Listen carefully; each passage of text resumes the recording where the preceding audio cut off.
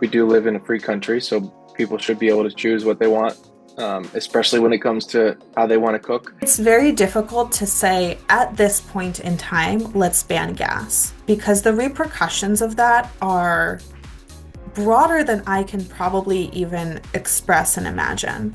We have vast amounts of people whose livelihoods depend on the gas industry.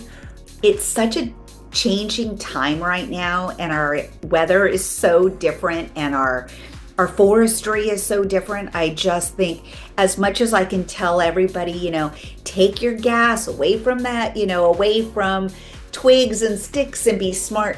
The reality is this is time to look at electric appliances in those dangerous zones. I grew up in California. I live in Colorado now.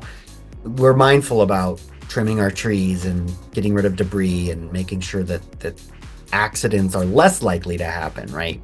And so it's just about moderating your behavior based on the environment.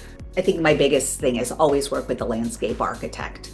Always work with a skilled professional who knows what they're doing. If you want to cook in the great outdoors, gas should not be your first thought. It really should be electric.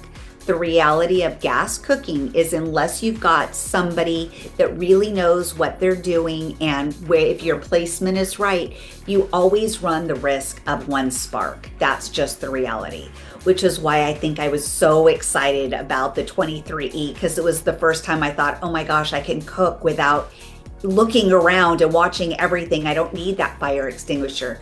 Providing a safe option to our customer base has led us to now where we are here, and there's an opportunity that people are seeing that there's, whether it's an insurance risk or a safety factor for just the homeowner in general, our products kind of meet the needs now of a growing audience. So it's definitely going to impact people that are coming to us and seeing that our products do fit the bill and can stand up to other options of different fuel sources.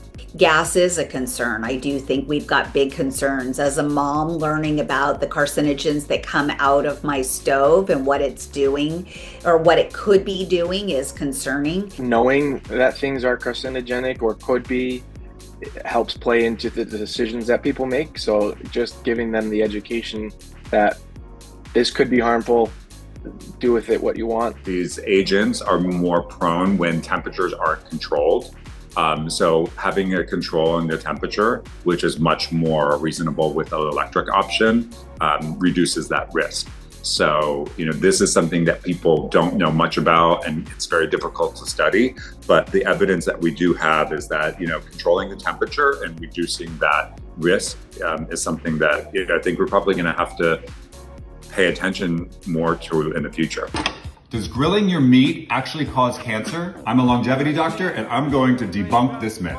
The answer is actually yes and no. Cooking meat with high temperatures and exposed flame create chemicals called HCAs and PAH. High levels of these chemicals are linked to DNA damage within your meat, which can ultimately cause a risk for cancer. But you can avoid these toxins by 4 simple steps. First, marinate that meat. It reduces HCA formation.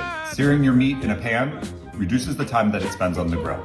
Selecting a lean cut has less fat, thereby making smaller flames and less HCA formation.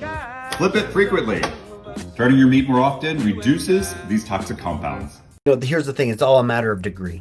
So yeah, there's elements that are carcinogenic, or there's, it's like, what is it? Apple seeds have a certain amount of cyanide in them or something like that, right? Or arsenic.